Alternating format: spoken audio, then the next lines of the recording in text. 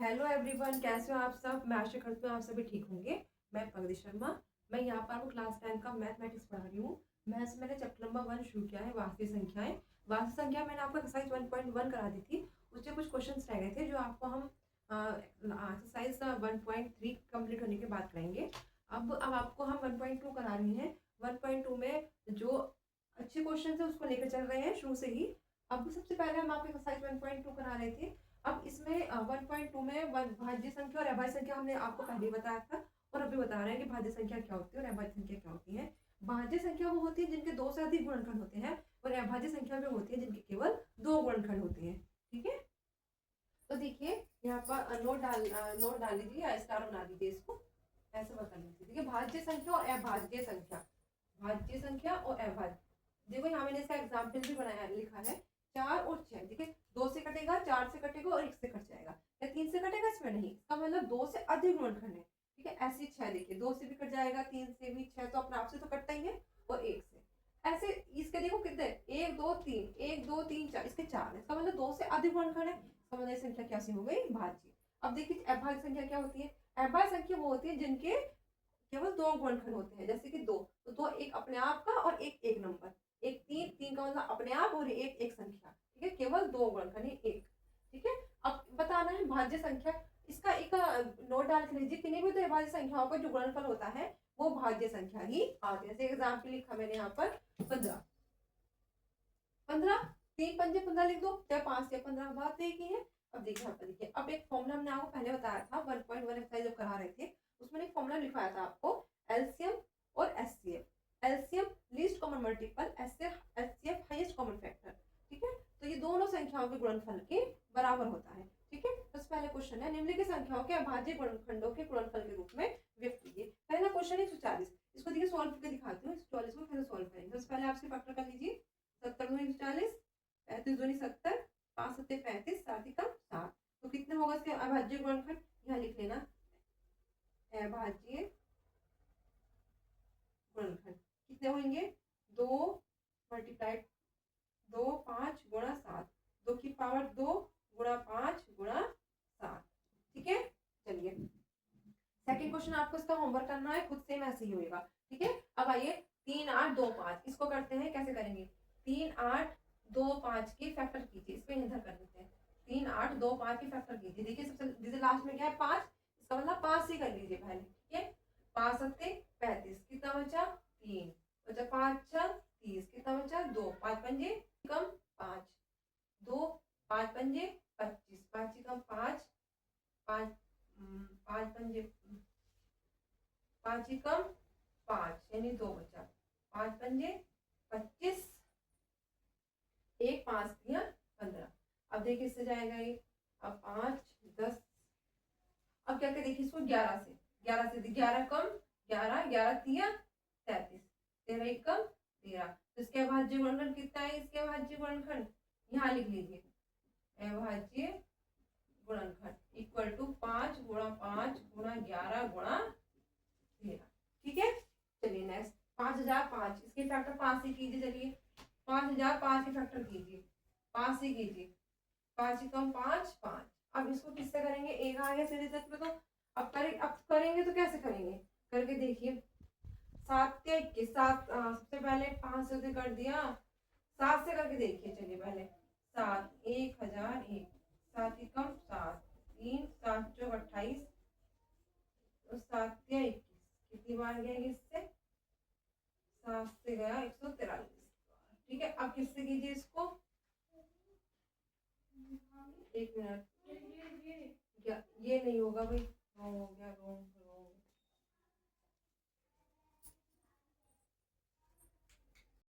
अभी देखिए यहाँ पर थोड़ी सी गलती हो गई थी, आप इसको अभी यहाँ पर सिंपल तरीके से सॉल्व करके देख लीजिए।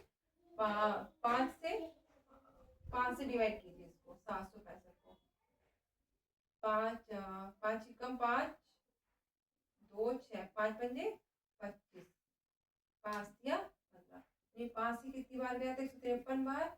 अब ये किससे जाएगा, 3 से जाएगा बटू, 3 पंजे 15, 3 एकम 3। अब 3 से 17 किया 51, 17 एकम 17, थोड़ा गलती होगी यहाँ पर, 5 गुणा 5 गुणा 3 गुणा 3 गुणा 17। ठीक है, अब ठीक है, अब यहाँ पर आइए, ये जाएगा देखो यहाँ पर, क्योंकि यहाँ पर एक नंबर डिजिट यहाँ पर रॉन्ग थी ना, इसको सही करके लिख लीजिए। 11 से डिवाइड करेंगे तो कितनी बार जाएगा 11 से, 11 कम 11, 11 तिया 33, 13 कम 13। ठीक है, अब लिखिए इसके अभाज्य गुणनखंड, अभाज्य गुणनखंड कीजिए। 5 गुणा 7 गुणा 11 गुणा 13, इसको सही करके थोड़ा सा स्पेस कम है, 5 गुणा 7 गुणा 11 गुणा 13। ठीक है, ऐसे इसको कीजिए। चलिए 7 4 2 9 फैक्टर करो इसके, ये किससे जाएगा बेटू,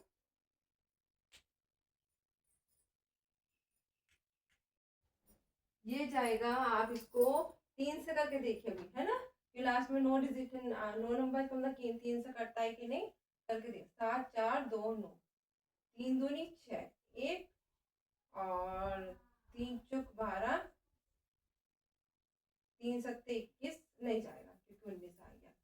आप 7 से और करके देख लीजिए एक बार, 7 4 2 9, 7 एकम 7, ये 7 से भी नहीं जाएगा भाई। अब वो किससे जाएगा, ये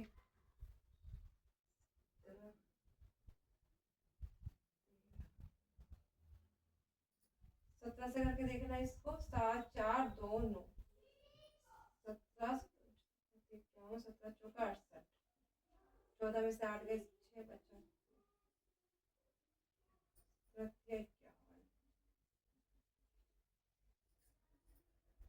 बचा, 17 से जाएगा भाई ये 437 बार। ठीक है, अब इसको कीजिए अभी और देखिए, अब नंबर किससे जाएगा ये, 7 से 17 से एक बार इसी डिजिट को 17 से करके देखिए एक बार और, 34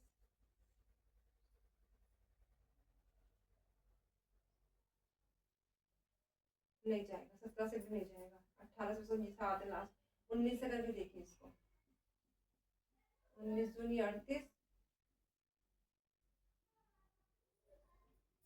19 दूनी 38, 19 या 57, यानी कि 19 से जाएगा 23 बार, और 23 का 23 अपना आप होता ही है, तो इसका 7 4 2 9 के अभाज्य गुणनखंड क्या होंगे इसके, अभाज्य गुणनखंड 17 19 और 23। ठीक है, चलिए ये हो गया, यहाँ पर कम क्वेश्चन कंप्लीट। अब जो क्वेश्चन है क्वेश्चन नंबर 3, ये बहुत इंपॉर्टेंट क्वेश्चन है, एचसीएफ और एलसीएम निकालना है, इनकी जांच भी करनी है कि इनकी जो संख्या गुणनफल है दोनों बराबर है कि नहीं। तो इसमें हम ये वाला फॉर्मूला लगाएंगे, ये वाला फॉर्मूला दिख रहा है आपको, इस फॉर्मूले को लगाएंगे हम यहाँ पर। ठीक है, चलिए लगाइए। एक आपको ए और बी की वैल्यू तो पता ही है, सिंपल हम यहाँ पर लगा देते हैं। पहले चलिए एलसीएम निकालेंगे इसका, 26 का और 91 का। ठीक है, तो चलिए निकालते हैं, 13 दूनी 26, 13 एकम 13, ऐसे इसको निकालिए।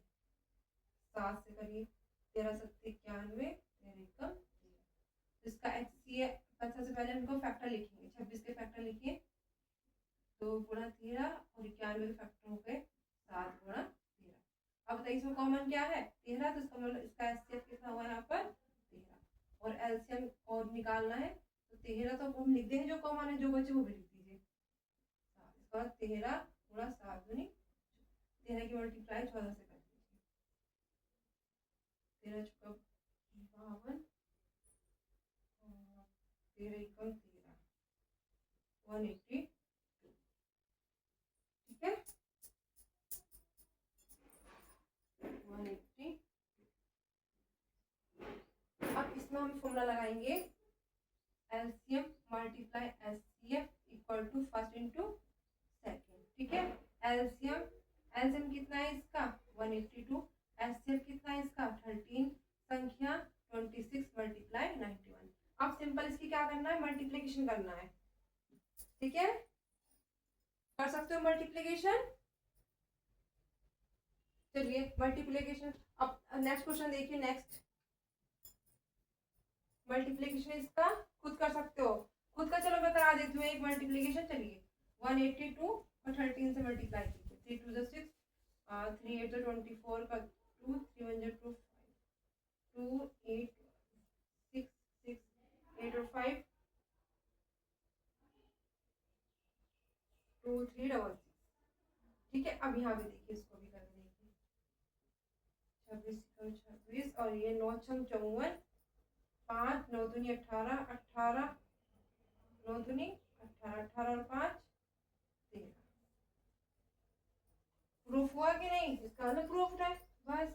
ठीक है, चलिए अब 510 और 92 के फैक्टर कीजिए। चलिए कीजिए 510 के, पहले 5 ही कर लीजिए सीधा।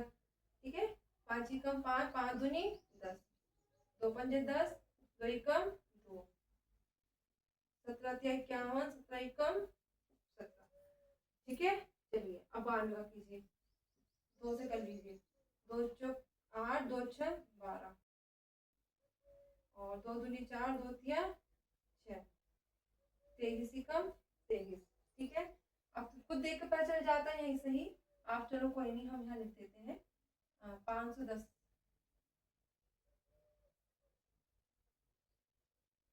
इसका जो यहाँ पर लिख देते हैं हम, इसका 510 के फैक्टर कितने हैं? 2 गुणा 3 गुणा 5 गुणा 17। ठीक है, और 92 के 2 गुणा 2 गुणा 23। इसका मतलब हमारे पास जो एचसीएफ है वो कितना है? 2। और एलसीएम और निकाल लेना है इसका, है ना। एलसीएम के लिए देखिए 2 तो जो कॉमन होता है वो तो लिखते ही है, जो बचे वो भी लिख दीजिए। 2 3 गुणा 5 गुणा 17 गुणा 23। ठीक है, चलिए कई मल्टीपल 2 दूनी 4, 4 या 12, 12 पंजे 60, 60 गुणा 17 गुणा 23। ठीक है, अब इसकी मल्टीप्लाई कर लीजिए। चलिए करिए मल्टीप्लाई। एचसीएफ तो उसका 2 आ गया, अब एलसीएम की मल्टीप्लाई करेंगे। मल्टीप्लाई खुद करके देख लेना कितना आ रहा है। अब इसका हम दिखाते हैं, यहाँ पर हम साथ कर देंगे। ठीक है, तो यहाँ पर देखिए LCM multiply HCF equal to first multiply second.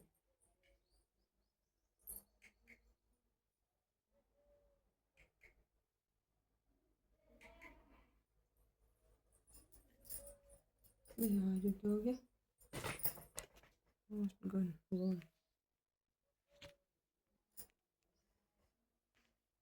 यार, इसमें क्या हो गया फोन में? इसमें